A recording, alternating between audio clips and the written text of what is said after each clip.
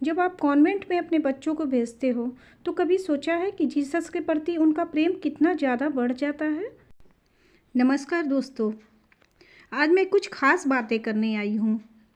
मैं देखती हूँ हमेशा ही न्यूज़ में सुनूँ, देश के बारे में सुनूँ, वाईटे पर सुनूँ, जहाँ भी सुनूँ, लगातार कुछ ऐसी बातें होती हैं जो कि अस्थिरता पैदा करती हैं, मन में भी, दिमाग में भी, और फिर जहाँ हम रहते हैं वहाँ भी। मतलब मेरे कहने का ये है कि वो वाईटी पर हम लोग रहे, वहाँ पर हो, या देश में रहे, या घर में रहे, समाज में रहे, कहीं भी रहे, ये चीज़ें बहुत ही ज़्यादा अस्थिरता पैदा करती हैं जो मेरी समझ से सही नहीं है। तो चलिए आज इसी टॉपिक पर हम लोग बात करते हैं और जानते हैं कि कौन सी ऐसी मिथक बातें हैं जिसको हम अपनी समझ से दूर कर सकते हैं और विचारों को बदल सकते हैं, परिवर्तन अपने विचारों में ला सकते हैं। तो सबसे पहले मैं ये कहना चाहती हूँ कि आप लोग मेरी पूरी वीडियो को देखिएगा ज़रूर, तभी आप समझ पाएंगे कि मैं क्या कहना चाहती हूँ। तो चलिए, जैसा कि हम सभी लोग जानते हैं 14 फरवरी 2019 को पुलवामा अटैक हुआ था, जिसमें बहुत सारे सैनिक हमारे मारे गए थे। तो सबसे पहले तो मैं उन सैनिकों को नमन करना चाहती हूँ जिन्होंने देश के लिए अपनी कुर्बानियाँ दी हैं। कुछ सालों से 14 फरवरी के दिन हमारे देश में भी वैलेंटाइन डे मनाया जा रहा है। ये बहुत ज़्यादा दिन नहीं हुए हैं, मैं कहूँगी कुछ सालों से ही, क्योंकि पहले तो कोई जानता भी नहीं था कि ऐसा कोई त्यौहार भी होता है। लेकिन ये मनाया जा रहा था, जिसका विरोध लगातार भाजपा वाले लोग हो, आरएसएस वाले लोग हो, वो करते रहे हैं कि ये हमारे देश की परंपरा नहीं है, इसे नहीं मनाना चाहिए। और जब इसी दिन पुलवामा अटैक हुआ तो ये चीज़ें और भी ज़्यादा बढ़ गई कि आज का दिन ब्लैक डे के रूप में मनाया जाएगा। अच्छी बात है, देश के लिए भक्ति अच्छी बात है। और अच्छी क्या, सभी की मैं समझती हूँ कि सभी को, जब हम देश में रहते हैं तो इसे मनाना भी चाहिए ब्लैक डे के रूप में। लेकिन थोड़ा सा मैं यहाँ पर कुछ कहना चाहती हूँ, ज़रा स्थिर होकर आप लोग सुनिएगा मैं क्या कहना चाहती हूँ।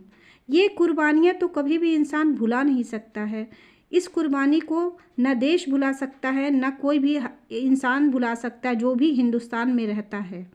पर मैं एक बात कहना चाहती हूँ कि देशभक्ति और जो हमारा परिवार है, जो हमारा समाज है, जो हमारा परिवार के प्रति अपना प्रेम है, वो चाहे पति पत्नी का प्रेम हो, माँ बेटे का प्रेम हो, या और भी कोई भी रिश्ते का प्रेम हो, वो अलग है। मैं कहना ये चाहती हूँ कि सभी प्रेम अलग अलग ढंग से बटे हुए हैं।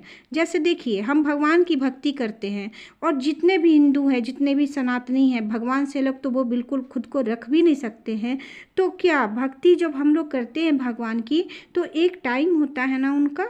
जैसे हम सभी जानते कि हर जगह पे, हर रोम रोम में ईश्वर है, पर उनके पूजा करने का टाइम जो हम लोग देते हैं वो सुबह का टाइम देते हैं। फिर सभी लोग अपने अपने काम में लग जाते हैं, होता है ना ऐसा। हम लोग दिन भर तो भगवान की पूजा नहीं करते हैं। देखो अभी क्या हो रहा है ना, आज की जो युवा पीढ़ी है वो जिस भी कारण से हो, अपनी भावनाओं से बहुत ही ज़्यादा कट्टर होती जा रही है, जो आगे चलकर बहुत ही ज़्यादा खतरनाक होने वाली है। ये जो विचारों की कट्टरता है कि हमें ये नहीं करना है तो नहीं करना है, और दूसरों को भी नहीं करने देना है, और अगर जो करते हैं ऐसा तो फिर उनसे नफ़रत पैदा हो जाती है, उनके प्रति मन में नफ़रत आने लगती है। ये गलत बातें हो रही हैं जो कि समाज और देश दोनों के लिए एक खतरा उत्पन्न कर सकती हैं। देखो, मैं ये नहीं कहती कि वैलेंटाइन डे का मैं सपोर्ट कर रही हूँ, मैं ये नहीं कह रही। मैं ये कह रही हूँ कि हो सकता है कि ये जो पुलवामा अटैक हुआ वो हमारे ही किसी, मतलब जो त्यौहार है उस दिन हो जाता अगर, तो हम क्या करते। कभी वो होली दशहरा भी हो सकता है, वो शिवरात्रि के दिन भी हो सकता है, वो किसी भी दिन भी हो सकता था। तो क्या हम ये त्यौहार नहीं मनाते? क्या हम ब्लैक डे मनाकर उस त्यौहार को छोड़ देते?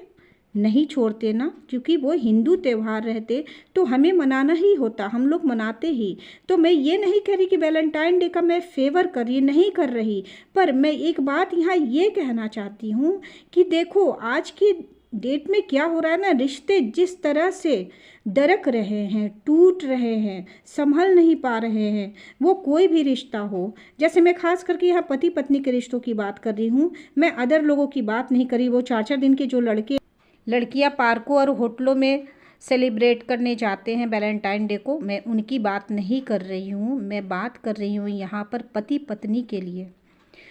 ना पति को आज के डेट में फुर्सत है, ना पत्नी को फुर्सत है। अगर एक दिन वो प्यार का दिन चुन लेते हैं और उस दिन जाते हैं, अगर कहीं पर भी घूमने फिरने चले जाएं, वो मंदिर भी जा सकते हैं, क्योंकि अभी तो देखो मंदिर में बहुत ज़्यादा भीड़ रहती है। 14 तारीख को आप देखोगे मंदिरों में बहुत ज़्यादा भीड़ रहती है। और मैं एक बात यहाँ कहना चाहती हूँ कि 14 फरवरी को देखो हिंदू में ना लग्न का भी दिन रहता है, तो बहुत सारी शादियाँ भी होती है उस दिन, शादी का भी दिन रहता है। बहुत सारे लोगों का मैरिज डे भी होता है उस दिन। तो क्या वो लोग नहीं सेलिब्रेट करें? उन्हें नहीं मनाना चाहिए उस दिन? ऐसा नहीं है। देखो नॉर्मल अगर रहोगे ना आप, तो नॉर्मल वो चीज़ें जो है आपके जीवन में अपने आप में एक पॉजिटिविटी लाएगी। और एबनॉर्मल वाला रिएक्शन अगर आप करोगे तो वो फिर चीज़ें गलत हो जाएगी। आपकी अपनी ही लाइफ में वो चीज़ें दुख देने लगेगी और आपके कष्ट का कारण बन जाएगी। जैसे मैं एक एग्ज़ाम्पल के थ्रू आपको समझाना चाहती हूँ कि कहीं पर भी बर्थडे पार्टी है या कोई मैरिज डे मना रहा है या तो फिर कोई नई शादियाँ हो रही है उस दिन 14 तारीख के दिन, या मतलब 14 फरवरी के दिन ही, तो क्या आप नहीं जाओगे? क्या आप तैयार नहीं होगे? आप नए कपड़े नहीं पहनोगे? आप मेकअप नहीं करोगे? आप अच्छा खाना नहीं खाओगे? क्या नहीं करोगे? सब कुछ करोगे ना। तो फिर देखो किसी भी चीज़ को ना बदनाम करने वाली बातें हो गई है कि वो विदेश की चीज़ें हैं, वो बाहरी चीज़ें हैं, तो हम ना करें, नहीं मनाएं उन्हें। तो सिर्फ मैं एक बात यहाँ पर पूछना चाहती हूँ, जब आप सुबह सुबह उठते हो और सबसे पहले जब मोबाइल को चार्ज में लगाते हो, तो कभी सोचा है कि वो मोबाइल आपका इंडिया की कंपनी में नहीं बनी हुई है, वो विदेशी कंपनी की मोबाइल है? कभी सोचा है आपने? जब धर्मों के प्रति इतनी ज़्यादा है कि आप विदेशी धर्म और विदेशी चीज़ों का बहिष्कार करेंगे, तो सबसे पहले तो आपके हाथ में जो आपका मोबाइल है वही तो विदेशी है, जिससे आप सभी चीज़ों का प्रसार और प्रचार भी कर रहे हो। तो क्या आप उसे छोड़ सकते हो? क्या छोड़ सकते हो आप? नहीं छोड़ सकते हो। आप सुबह जब चाय बनाने जाते हो तो जिस गैस पर आप बनाते हो चाय, वो गैस कहाँ से आती है? कभी सोचा है आपने? कभी सोचा है आपने? वो कहाँ से आती है? इस्लामिक कंट्री से आती है वो। तो यहाँ पर देखो, यहाँ हिंदू मुसलमान भी बहुत सारे लोग करते हैं कि ये नहीं, वो मुस्लिम का है, वो हिंदू का है, हमें ये नहीं करना चाहिए, हमें वो नहीं करना चाहिए। तो ये बातें गलत है मेरी समझ से। देखो मैं नॉर्मल रहती हूँ, मेरे घर में भी सबका नेचर एकदम नॉर्मल है, हमारे अंदर कोई भी कट्टरता नहीं है। बस हम कहेंगे कि जहाँ हमें ज़रूरत के अनुसार अपने आप को ढाल लेना चाहिए और एकदम रिजिड नहीं होना चाहिए किसी भी चीज़ के लिए, नहीं कि हमें ये नहीं करना है तो नहीं करना है, ऐसा नहीं होना चाहिए। और मैं समझती हूँ मेरी ये बातें आप सभी को समझ में आ गई होंगी। और इसके बाद भी अगर विचारों की अस्थिरता है हमारे बीच में, तो ऐसा नहीं है ना कि हम बोलना बंद कर देंगे। जिन्हें नहीं पसंद आएगी मेरी बातें वो कमेंट करके बता सकते हैं। और मैं चाहती हूँ ना कि किसी भी मैटर पे एक हेल्दी डिबेट होना चाहिए।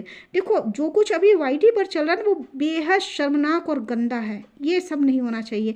एक हेल्दी डिबेट होना चाहिए जहाँ पर मैं अपना पक्ष रखूँ और आप अपना पक्ष रखो। मुझे बड़ी खुशी मिलेगी कि मेरे साथ डिबेट में लोग शामिल होंगे और पढ़े लिखे समझदार लोग शामिल होंगे, तो एक अलग ही पहचान बनेगी और हमारा एक अलग ग्रुप तैयार होगा जो लोगों को बहुत ही ज़्यादा पसंद आने वाला है फ्यूचर में। वीडियो आपको पसंद आई होगी तो प्लीज़ एक लाइक कर दीजिएगा और एक प्यारा सा कमेंट भी कर दीजिएगा। अगर नहीं पसंद आई तो भी आप मुझे बताइएगा ज़रूर कि आपको ये बातें क्यों नहीं पसंद आई हैं।